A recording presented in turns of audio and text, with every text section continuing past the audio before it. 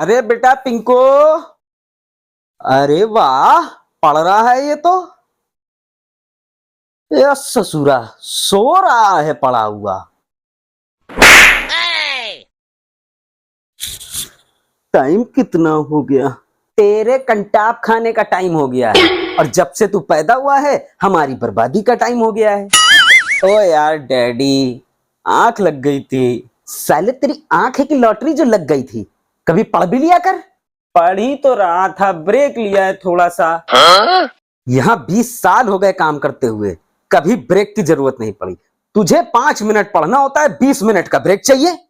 वही तो मैं सोचूं, सुबह के 11 बज गए हैं, आधा दिन निकल गया है, कमी किस चीज की रह गई? आपका कंटाप पड़ा तो समझ में आया, इसी चीज की कमी थी सुबह से। कमी तो तुझ में दिमाग की भी है, उसका क्या करेगा? तो वो तो मेरी जेनेटिक प्रॉब्लम है ना। तू कान के नीचे भी है। दिन चढ़ाने इस आदमी का चिल्लाना शुरू। काम ही ऐसा करता है तेरा लौंडा। पढ़ाई लिखाई पे सिर्फ तेरे ही खानदान पे गया है, गधा कहीं का। बिल्कुल, इसके डैडी के खानदान में नशा में साइंटिस्ट है ना। ओ नशा नहीं, नाशा होता है, नाशा। ओ यार डैडी, नाशा नहीं नासा होता है।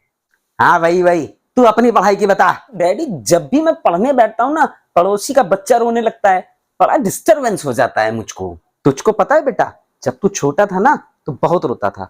पड़ोसी आके कहते थे बच्चे को चुप करा लो, तब तेरी मम्मा तुझको लोरी सुनाने लगती थी। 5 मिनट बाद वही सब लोग आके कहते थे लाला जी बच्चे को ही रो लेने दो। तुझको कितनी बार कहा है, पढ़ाई लिखाई कर ले, कोई अच्छी सी नौकरी मिल जाएगी। बिजनेस का कोई भरोसा नहीं है, देख ले मुझको ही देख ले। तो मैं क्यों लाला जी आपके जैसा बिजनेस करूंगा जिसका कोई भरोसा ही नहीं है?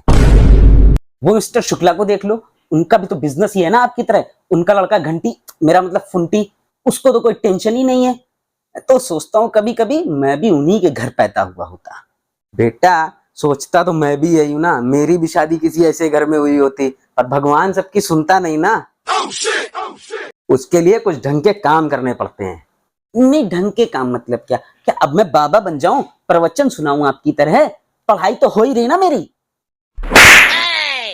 जाने कौन सा टेप रिकॉर्डर लगाई से अम्मा, चुप होने का नाम ही नहीं लेता है। चल ला अपनी किताब, अब मैं लूंगा तेरा टेस्ट।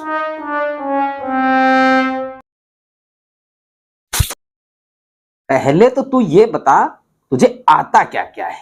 वो डैडी, मुझे आलस आता है, चक्कर आता है, और सोने में बड़ा मजा आता है। कभी शर्म तो आई नहीं होगी? वो सिर्फ बाथरूम में। आज घड़ी से हाथ धो के आया हूँ, रगड़ के मारूं तुझको। बहुत होशियार है मेरा बेटा, इसको अब अंडर अल्टीमेट मत करो। वो अंडर एस्टिमेट होता है।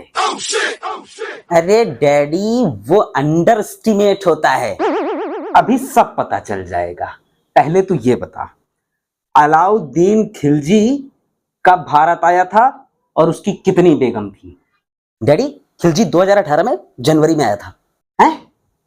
हाँ, दीपिका और शाहिद के साथ आया था ना, बंसाली साहब लाए थे। पगला गया का?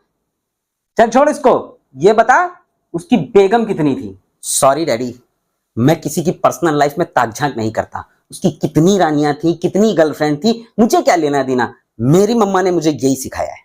हाय मेरा बेटा, सही तो कह रहा है वो। सब आप ही को पता करना, तो किसकी बीबी क्या करी क्या नहीं करी, हम लोग को कोई शौक नहीं है। माँ बेटे दोनों पगला गए हैं। चल तू ये बता, झांसी की रानी का असली नाम क्या था? कंगना रनावत। इतिहास का तो बॉलीवुड वालों ने भंटाधार कर दिया है। चल कोई बात नहीं, गणित बता। कान में तेल डाल के कान हिला के सुन। तू 20 किलोमीटर की स्पीड से मेरा स्कूटर दौड़ा के अपने दोस्त फुंटी के घर जाता है, और फुंटी का घर तेरे घर से 100 किलोमीटर दूर है। तो तुझे फुंटी के घर पहुंचने में कितनी देर लगेगी? 8-10 घंटे में। काहे? तू क्या टीटू के ढाबे में खाना खा के जाएगा? मैं रोटी साथ में बांध दूंगी बेटा। डैडी, आपको कानपुर के ट्रैफिक के बारे में नहीं पता, और ऊपर से उन्नाव की सड़कें कितनी खराब पड़ी हुई हैं। और फिर मैं 100 किलोमीटर आपका खटारा स्कूटर लेके फुंटी के घर जाऊंगा क्यों? रिंकी होती तो कोई और बात थी। पढ़ने लिखने को है नहीं, बस झाड़े रहो कलेक्टरगंज। आप भी कमाल हो, 10 घंटे उसको फुंटी के घर बैठ के समय बर्बाद करोगे, यानी कि वो पढ़ाई कर ले। हैं? तो सच में इतनी ढपोर संख है या सिर्फ मेरे सामने ही बनी रहती है? सच्ची बता। हाँ? तो इसको सुन, ये बता, बहुत आसान है। तूने रामचंद्र भैया की दुकान से 10 चॉकलेट खरीदी। एक चॉकलेट थी 5 रुपए की, तो मैंने 10 चॉकलेट के कितने पैसे रामचंद्र भैया को दिए? 0। वाह, कैसे? अरे क्योंकि रामचंद्र अंकल क्या आपका उधार चलता है, जो आप कभी चुकाते नहीं। तो चाहे चॉकलेट 5 की हो चाहे 10 की हो, हमें तो फ्री मिल रही है ना। वैसे बात तो सही कह रहा है मेरा बेटा, बेचारे रामचंद्र भैया का उधार चुका दो, नहीं तो एक दिन नाम बदल के रामदाना कर लेना उनको। हे भगवान, क्या करूं मैं इन सब का।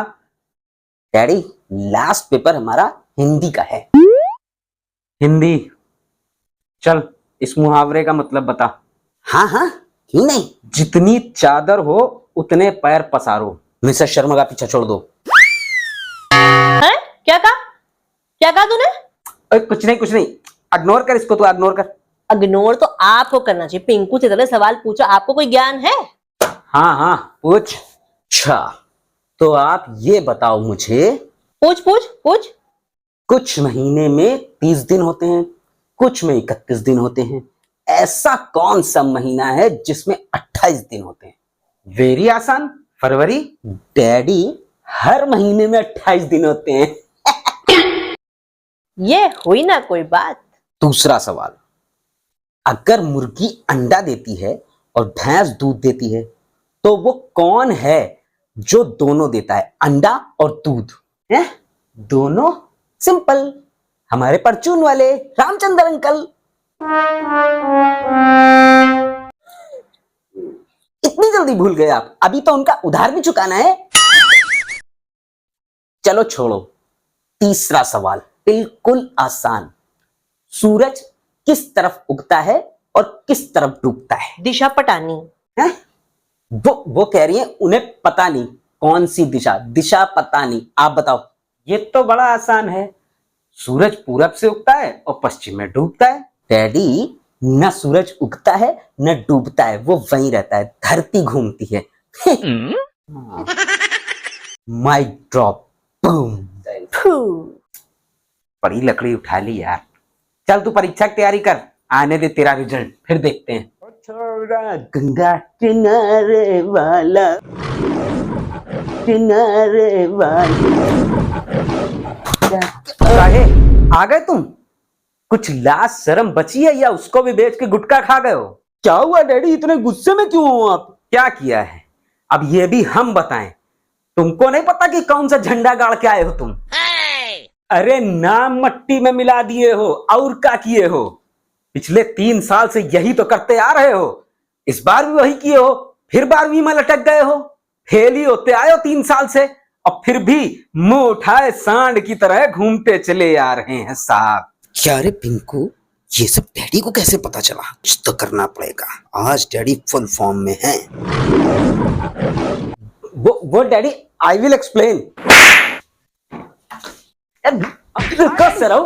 क्या सोच के तुमका इतना प्यार किया रहा, सोचा रहा हमारे साथ सब खानदान नाम ऊंचा करियो, नाम गवाते ले, डुबो के चले आ रहे हैं नाम। बस अब लाट साहब का तो बस लफड़ाई करेगा है।